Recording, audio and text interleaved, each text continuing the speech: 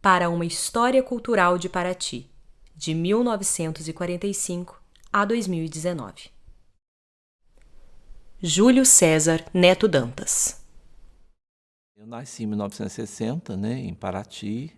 A minha família é toda de ascendência rural, né, embora tivesse um pouco urbana também. E, assim, a infância em Paraty, naquele momento, década de 60 e 70, ainda era bem tranquila, né? Era uma situação assim que a gente tinha uma convivência muito grande, né, no nosso cotidiano, com as brincadeiras de rua, né, com as festas tradicionais. Então, assim, o nosso lado de intimidades, assim, né, era muito ameno, né, em vista do que é hoje, porque não havia esse boom de turismo que tem hoje, né? Então, assim, a cidade era realmente mais voltada aos paratienses, né, à vida dos paratienses, né, desde os momentos de nascimento, batismo e casamento, né, e depois também o ritual da morte, né, a finalização. Então, são etapas da vida que a gente ia vivenciando, né, e com essa proximidade das pessoas de Paraty, né? E assim, embora alguns residissem fora, na época das festas eles costumavam vir a Paraty, né? Tinha as chamadas Caravana da Saudade, que era em especial na festa da padroeira, Nossa Senhora dos Remédios, promovida ali pela família do Leontino Melo e Dona Basildes Melo.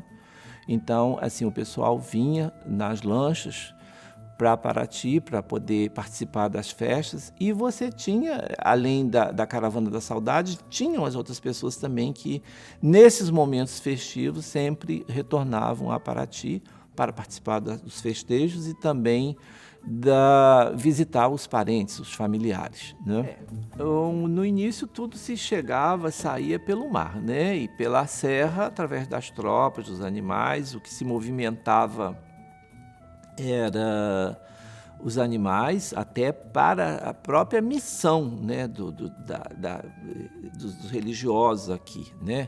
Padre Sauler, quando chega aqui para Paraty em 1923, 24, ele se movimentava do quê? Para ir às comunidades da zona rural, de lancha, de barco, ou então de cavalo, de animal, né? Eu me lembro bem que eu encontrei um documento lá nos livros do Apostolado da Oração, o primeiro carro que é comprado, que é um jipe, para a paróquia de Paraty, para a casa paroquial, o apostolado contribuiu com uma parcela para pagar esse jipe, para justamente ajudar na condução dessas pessoas para a zona rural, porque não tinha transporte. Foi justamente na gestão da presidente do apostolado, que era Aparecida da Silva Copé. Ela é que libera esse recurso para poder contribuir e possibilitou a aquisição desse jipe para que os padres pudessem fazer o trabalho deles de melhor qualidade na zona rural. E fora isso, quer dizer, como se o porto, né, já é uma herança antiga, desde o século XVIII, né, no transporte do ouro, também tinha as chamadas lanchas, né, a lancha peruana, a lancha Paraty, né, a chamada lancha da carreira, que levava até Angra, Mangaratiba, e de lá se pegava o trem para poder ir para o Rio de Janeiro.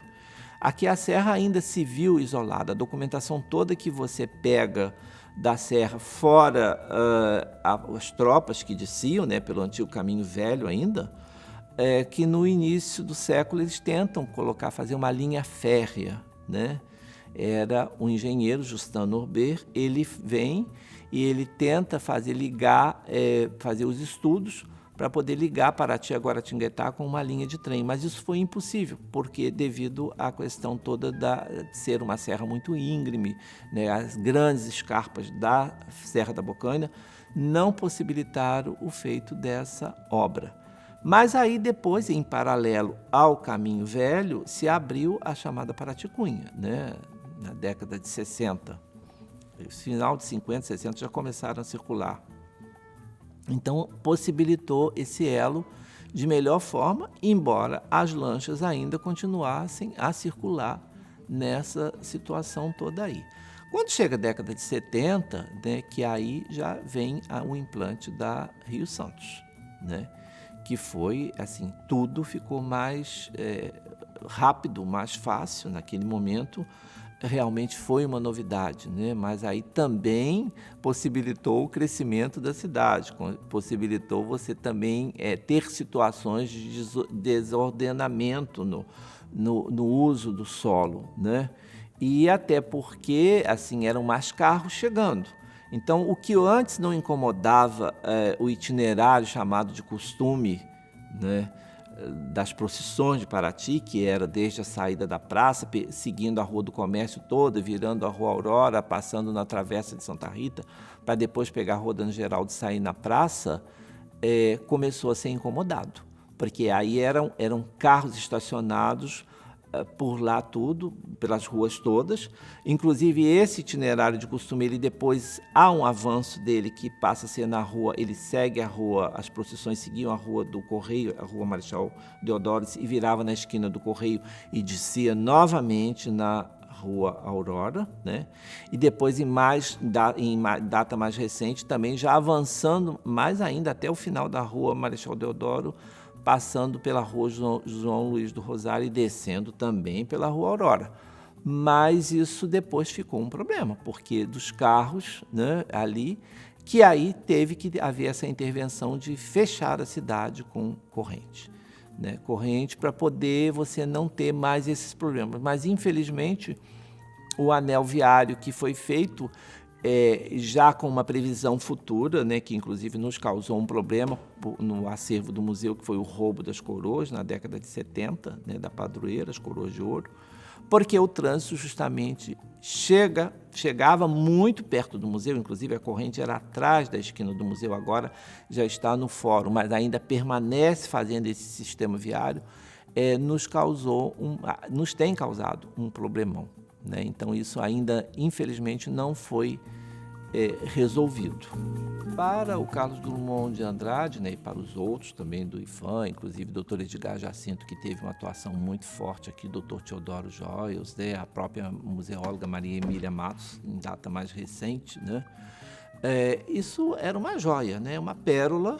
Assim, se você pega as narrativas deles, inclusive eles fazem descrições da cidade de Paraty, né, na documentação toda que a gente pesquisa, que estava bem mais conservada que até certas cidades de Minas Gerais, né? Porque o Carlos Drummond era mineiro.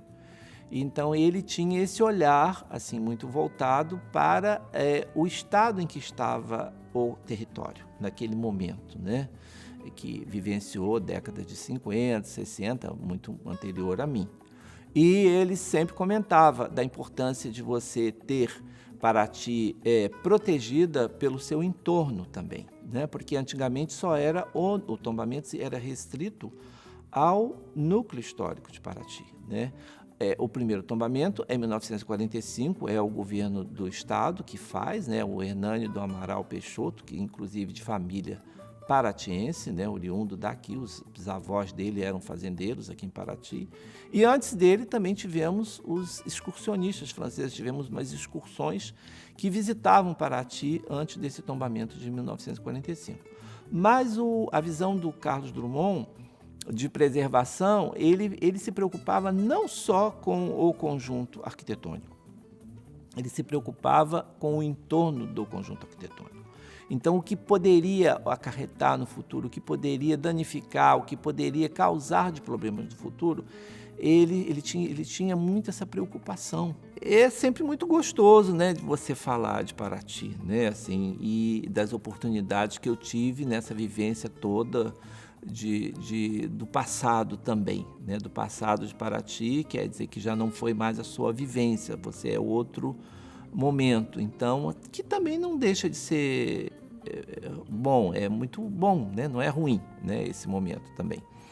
Mas, assim, nos meus estudos, eu sempre tive uma preocupação muito grande de escrever sobre Paraty.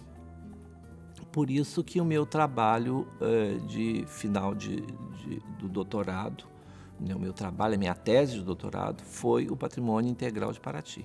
Eu sempre pensei, assim, nesses anos todos, essa trajetória da minha vida e de estar me movimentando entre documentos, fotografias e diálogo com as pessoas, né, as pessoas que já se foram, as pessoas que estão presentes também ainda, era de deixar algo em algum lugar escrito, né? Porque eu acho que nada melhor do que você deixar para as gerações futuras essas informações. Eu acho que eu também fiz a minha contribuição com a minha parte, deixando essa pesquisa do patrimônio integral de Paraty.